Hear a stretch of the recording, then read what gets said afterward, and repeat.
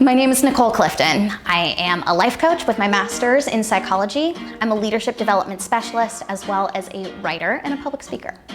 So over the years, I've gotten to work with a lot of different types of people, and some of my favorite type of work has been to mentor and coach college students.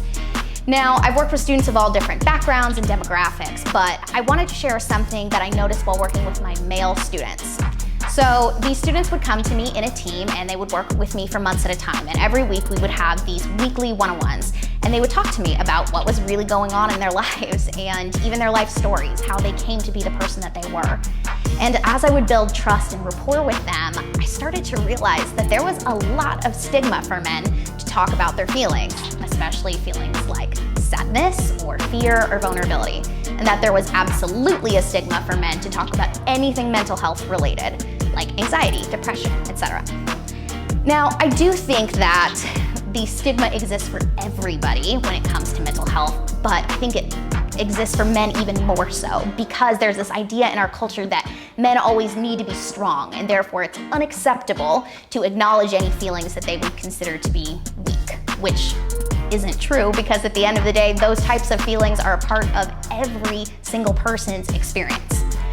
But week after week, month after month, even year after year, I would get to be trusted with these incredible stories of these men, and where they felt like they couldn't tell the truth about their feelings, their mental health, to the majority of the people in their life.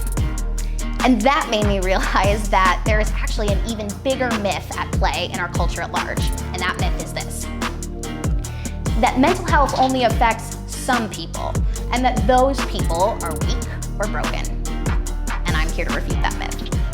The truth is that everybody has to deal with mental health because we all have the capacity for mental health and wellness, just like we all have the capacity for physical health and wellness.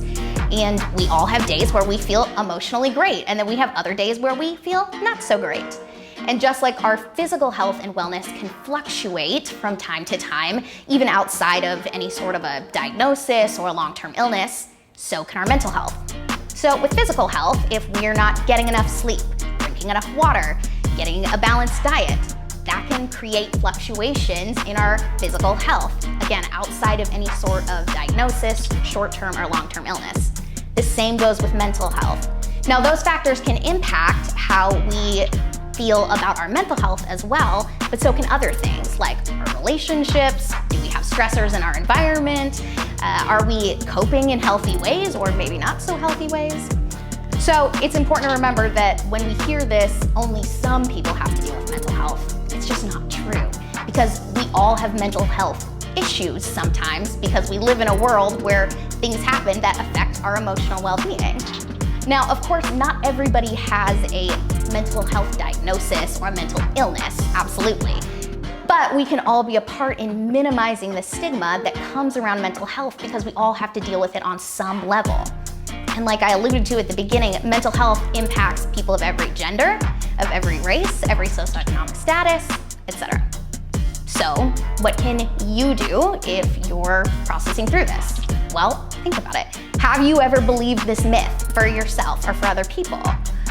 And then I would encourage you to not just think about it, but maybe journal about it, or even have a conversation with somebody in your life who is a safe person this week and talk about this. And then be on the lookout, because there will be times where the culture, or even people that you know in your real life, that are going to be perpetuating this type of unhelpful thinking.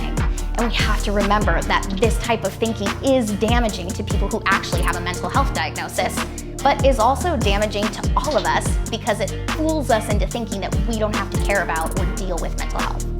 So be on the lookout, and then be willing to say something if you see or hear something that follows this unhelpful line of thinking, and then be willing to offer a new narrative for people to consider.